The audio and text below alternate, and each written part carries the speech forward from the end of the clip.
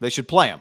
The only way for Trey Lance to improve, and he clearly has a long way to go, right? If this is a marathon, he just got out of the blocks and he kind of tripped, but he kind of got up and he ran and he's looking, you just got a long way to go.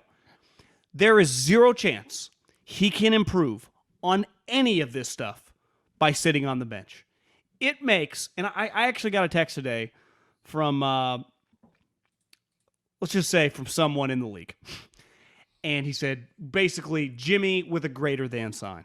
Hey, we're glad you're watching this video. Subscribe to our channel and like the video. Because 50% of you are probably not subscribed. Also, check out the podcast below in the description. We're sponsored by Tito's Handmade Vodka. #1 vodka in America. Well, yeah. Can Jimmy do more shit than Trey Lance? Of course he can. Well, he's better than Trey Lance right now today. Yeah, and do they win that game with Jimmy Garoppolo? I don't know. Who knows? Maybe. What if Jimmy's terrible and throws multiple picks? I don't know. I mean, Jimmy is not that great, so I can't for sure say yes. Would he probably have completed some balls that Trey couldn't have? I would give you that. You're 2-3. You have invested the farm into this guy. I do not see how he improves by watching. He has so much to learn. And a lot of the learning is just to be comfortable with different throws. And clearly, it's not like, they were going to redshirt him because they were going to remake his release.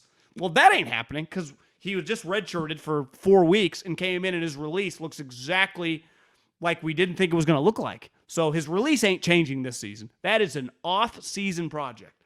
How could you, let's just hypothetically say, Jimmy's calf is healthy after the bye. They restart Jimmy Garoppolo against the Colts, and they win and they lose, and they just stay afloat, and Jimmy goes the rest of the season. Why would you expect Trey Lance to look any different week 1, 2022 than what we saw today? I don't think you could, in good conscience, be like, I bet this guy's new and improved and a whole different animal. I would be expecting very much the similar stuff, where you get to work through this stuff, get more comfortable with the throws. The loopy release is not going away in 2021. But maybe on 3rd and 7, he's more comfortable. Maybe Kyle gets more comfortable making these play calls. Hell, maybe they end up going 7 and 9. And Miami ends up getting a pretty good pick out of it. The 14th, 15th pick, whatever. That's water in the bridge. It's already gone. But for 2022, he is so much more equipped to come down and hit the ground running. Because when you look at like Lamar and Patrick Mahomes, how good they were that second year. Obviously, Mahomes just played the one game, and Lamar played half the season. I think they both won the MVPs that second year. We can't even have a conversation of you couldn't even, this guy, I mean, I can't even assume this guy can lead a 10-play drive where he has to pass it every time. Let's just build some basic things with this guy, but you have to do that through playing these games. It's not like you just threw him out against the Jags. You did throw him out against a team that is pretty loaded on defense. Think about all the guys you felt all day today. Isaiah Simmons, top 10 pick. Collins had some plays, top 15 pick. Watt, Hall of Famer. Chandler Jones, baller, Buda Baker pick. Their guys making plays are big. That's pretty fucking legit competition. You could argue it's about as good as it gets. So it's all, I wouldn't say downhill from here, but hey man, road start against an elite team, at least a team that's playing elite. Can they maintain it? We'll see. And I'm not going to try to diminish what Arizona's accomplished. It's really, really impressive. But, shouldn't it be easier after that? Trey, you got a whole game under you. You know what to expect. We have a whole week now to kind of coach you up, figure stuff out, and then another week to get ready for the next game. I actually think that's the easiest, kind of landing spot ever for a quarterback. For a young guy youngest quarterback. People in the chat were saying 49er history. I swear to God, the guy said quarterback in NFL history. I did think the graphic said 49er history and then 5th youngest in NFL history, but that makes sense. I didn't write it down at the moment. So either way, young. I think there's one question. I could make a little flow chart. He definitely played less than all those guys that I'm sure the Sam Darnolds and all that crap, right? Those guys were multiple year starters. This guy had a season taken away from him. Yeah, look, and there's no guarantee that if you start playing a bunch that it develops. I know you watched UCLA this weekend for a minute. Dorian Thompson-Robinson, their quarterback, was famous. He's been the thing. It's his 4th year starting. He was Tate Martell's backup at Bishop Gorman High School. And his freshman year, it's this guy hasn't played any football because he didn't start till his senior year. And then his sophomore year at UCLA was like, this guy hasn't played any football. And then his junior year, it was like, this guy hasn't played any football. And now we're in his senior year, and it's like, this guy hasn't played. Like, you can't use that, right? But the guy's been a full-time starter for 4 years, right? That's what I'm saying. There's an expiration date on he hasn't played that much football. Yeah. So I think it's this in the moment, you always think this year right now, winning football games is the most important thing. In the long-term development is obviously more important than in 2021, did you make the playoffs? So we make a simple flow chart.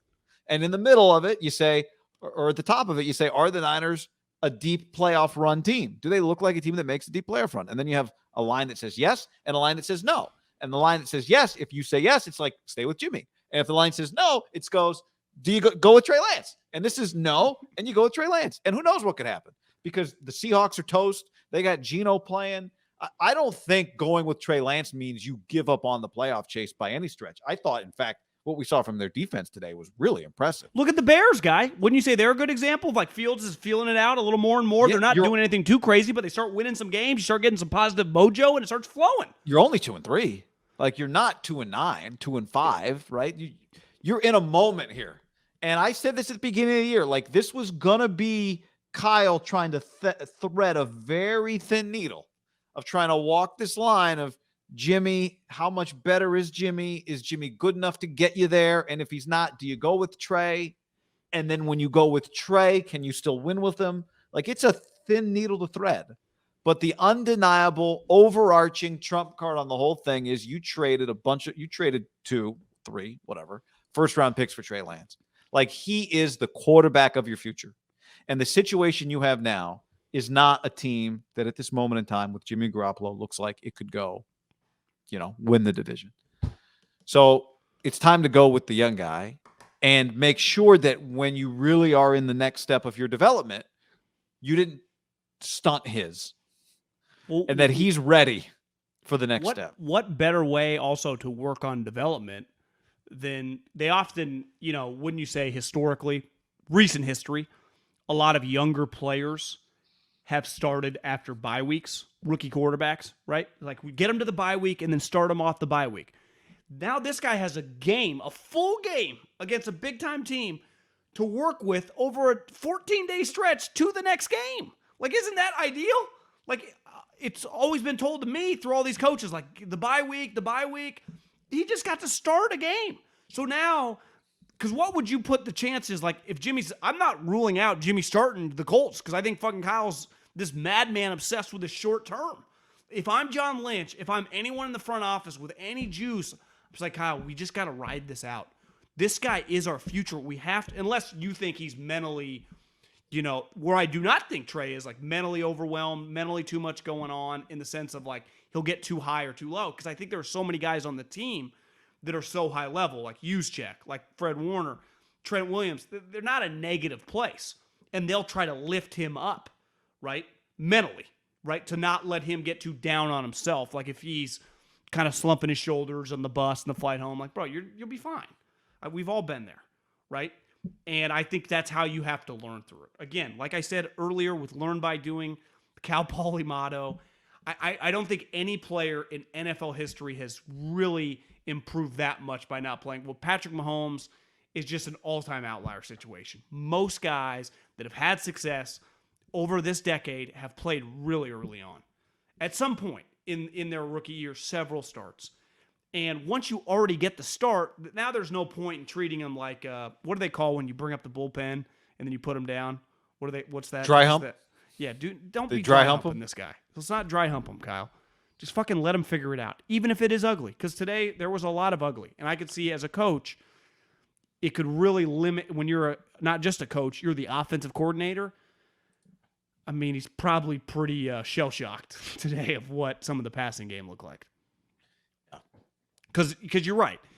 It's how and can a guy... Kittle. We have to acknowledge that. Like, they didn't have George Kittle. But he's not coming back for a couple games. No, I know. But I'm just saying, if you said young quarterback, what pick one guy to be on the field with a young quarterback skill position, I'd probably pick George Kittle. Would have helped. Sorry, what were you going to say? Just the batted balls is something that's kind of crazy to me. It just consistently happened today. Yeah. Outside the pocket, inside the pocket. I think you... And I think the more it happens, the more defense, the more it's, defenders then go, oh, I can right? Well, They start picking up I think on it's it. clear a coaching point on the other side. Hey, you like wine? Go to wineaccess.com/ham. Get $50 off an order of $150 or more. You guys want to gamble? Well, if you do want to gamble, go to mybookie.ag, promo code HAM and the number 1. Promo code HAM and the number 1. Put your hands up. Because his release point must be coming out low, even though Coming out low, and I think you have more time to react, right? You see Yeah, it's true. a It longer doesn't get rid of release. the ball that fast. I think the loopy release guy is kind of a head scratcher. That is a big picture problem that they're going to have to fix. I'm not saying he's Tebow because he's got a stronger arm. Tebow's arm was really weak. That's as long as you're going to see all day today. How many football highlights do you see all day? That's the longest release by far. Well, look at it next to Fields' release. He gets rid of the ball. Quicker. Carr, Jimmy, Kyler, like up here and go. Aaron, Burrow. His is a full go. What is going on? That has to make him a little nervous upstairs. It just does. I think so, but I also think that when the game slows down for him, his arm speeds up, right? Because then he makes the decision to throw sooner, and you hope that's the hope for this year. You're right. The plan in the offseason is whatever the footwork and the arm motion issues, however much you can change that. But I think what you have to do right now is you have to speed the mind up. And then you speed the mind up and you speed the arm up. I don't mean the physical motion gets faster. I just mean the decision to do whatever you're going to do comes sooner. And so the ball gets out sooner in terms of milliseconds after the ball's been snapped, not from the decision to throw. Yeah. So that's the only thing you can do now and the only way that happens, the only way for a game to slow down is for you to play the game. He's got to keep playing the game. He has to keep playing the game. And again, like the Cardinals are good. They're the only unbeaten team in the NFL. Say what you want about the McGlinchey, the Chandler Jones penalty. There were things that went against the Niners. Andy Lee drops a punt. It bounces back into his hand, and he punts it. The safety that wasn't called, if you think it should have been called. It's the Australian now, not Andy. It was, no. On the Cardinals, the first punt. He dropped the ball. It bounces right back in his hands. He kicks it. Yeah. Oh, yeah. Kyler, there was a play. I don't think Trey Lance doesn't have to be perfect for this team to win games. Like they're good. They're not a joke in terms of a roster. Like they can compete. I'm not saying he's got to be perfect. They just got to be incrementally better in a few areas. And I think it'll make him better too. I think if they're not on 1st and 23 times or whatever it was today, it makes him better. If you catch the ball for him, it makes him better. If you very difficult. You get Kittle back, it makes him better. It just there's some things that are going to make him better, and he sees the game more. It's going to slow down for him. It's going to make him better. They did abandon the run game beside him a lot of times during drives. Now, granted, it might just be at 1st and 20. It's hard to give it to Elijah Mitchell. But I do think those guys, Elijah Mitchell and Trey Sermon, combined for 10 carries. Yeah, I mean, Trey had the one. That's why when you're like, get Trey the ball, it's Trey Sermon the ball. It's like, well, Elijah's fresh. He's only had 9. Well, that's fine, but just get those two. Those two guys should have at least 18 carries combined. Yeah, Elijah Mitchell did have 2 receptions as well. It wasn't 20-0 because I do understand the score. And that's what I'm saying. I think sometimes the score. You lose track of the score because you're so locked into what you're seeing, and it feels like, oh, fuck, we need to throw the ball. That's what I felt like. And maybe they just felt his running, just call the play and just take off. For the most part, he ran into the 1 sack, but I thought like his pocket awareness was relatively good. He didn't feel lost there. He's got a lot to work with. Sorry to interrupt you there. I think up here, like, I don't think he's frantic in the brain. I think it's just what to do. Like, is somebody open? Where do I go with the ball? But I don't see a guy that is like can't handle the moment, right? Are you saying that? Like to me, when I watch him on the field, I think he's okay with being on an NFL field. I just think feel his skill set right now is he's not accurate. Loopy release, ball's batted down. Like he's just got a shit that you would need to completely overhaul. Yeah, I guess what I'm saying, the simple way to say it is I don't see a mentality that can't work. Like I see a mentality that can work. Like the play where he actually was down, but he keeps trying to drag the defender on one leg. His helmet pops off. They blow the play dead because his helmet's off, his knee's down, and he's still pulling on the like. I think he thinks he belongs. He needs to be on the field. And we said this when we watched him in the preseason. We watched him in camp. We liked him. We watched him in the preseason. Our take was he's got to be on the field. This goes back to what we said last week. The argument, the more I watch him, the more you can make the argument he should have started week 1. Well, the element of a quarterback that I think goes undiscussed the most and is an area that is consistently a separating factor of good players and guys that can't cut it, or do you have, would Joey Bosa ever said, like, yeah, I think he'd flinch and cut? Like, no. Like, I watched Trey Lance. I don't see any hesitancy. I don't see any, zero. I never get the vibe like, this guy's kind of a pussy in the pocket. Like, no executive or scout is going to watch that tape and think he's scared. That is a good thing. So when you are tough, there is a shitload to work with there. But ultimately, the NFL is about, like, it's 3rd and 9, deep out. Can you hit the ball? Right? That's ultimately what it becomes. Like, he has clearly you get more comfortable in the pocket. You just have more experience. Bodies flying around. He's not scared. It never looks like he's flinching like a guy's coming at him. It just feels like understanding where everything's going, and then can you just execute the throw? Like, my issue with him ultimately is, like, I don't feel he can just execute. Like, once the ball's leaving his hands, I don't feel it's going to get there. But, like, J.J. Watt running at him, I don't go, God, he looks terrifying. Like, no. That's fine. Like, to me, that's a huge positive for him. The problem is, for them to win games, you do need to complete passes. Yeah. Yeah. I mean, where's this comment here? Aunt G says he has 3 to 4. He had 3 to 4 inaccurate throws. Y'all are acting like he's a high school quarterback or something. Does Jimmy not have 3 to 5 inaccurate throws every game? Yes, Jimmy does, and we talk about it all the time. He misses high. He makes mistakes. He creates turnovers. But comparing a guy you just traded 3 first-round picks to for Jimmy Garoppolo is laughable. Well, but John, I mean, you take the Sanu drop. Let's give him that one. 16 to 29 is 55%. It was just when it came time to make repeated throws. Like, I think I don't know how you could say with any confidence right now that if you had the ball on your 8-yard line and you had to throw the ball against the clock to get all the way down the field, that you'd feel confident in that. People get so, like, there's life. No, it's just YouTube comments, guy. I think most people. No, but I see. What was the quote in Ethan Strauss's book? It was what's the name of Steve Kerr's buddy who was with him at Arizona, who's the assistant coach? Bruce Frazier. Gray hair, Bruce Frazier. He had a quote in that book that said, basketball is played in the gray area. And I adopted that quote for life. Like, life happens in the gray area where it's not exactly defined what you're supposed to do on this play. It's in the gray area. And quarterback development happens in the gray area too. It's not all bad. It's not all good. It's, do you see promise and what needs to be improved? I like Trey Lance, but they need to help him more than they helped him today. And he clearly has to get better at some stuff. And he's got to play to do it. That's the point of this conversation. He has to play to do it. Think about this. We started a podcast from scratch. We left radio and started it from scratch. And 5 years later, we've over the years keep figuring out, and we try to just keep figuring shit out.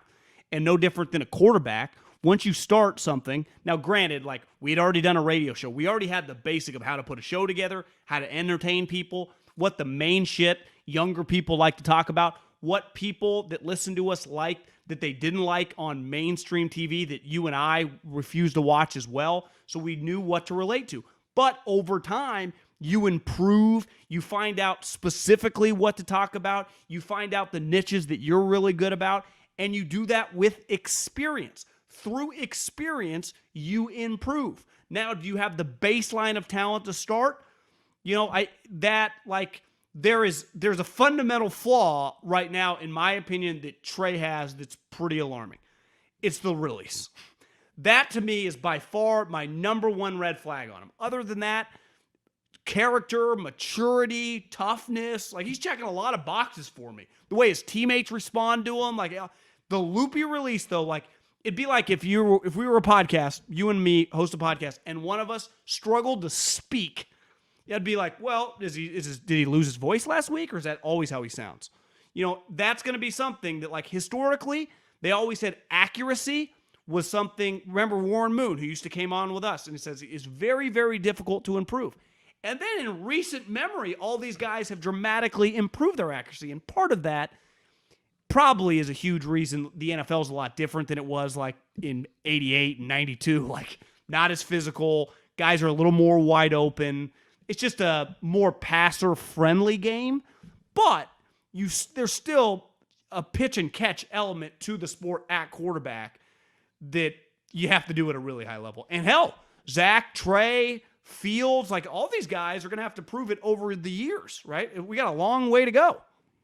A lot of ifs, which is fine. I mean, he's a 21-year-old guy. But they've bought this is the Alamo. They've paid for the $3.5 million home. The problem is you just have to have another 1.5 to invest and to redo the house. Which they don't have a choice but to spend it. Well, luckily they do have the capital because they do have, in theory, Kyle Shanahan, who is known as a guy, a great offensive mind. What do great offensive minds do? They can mold.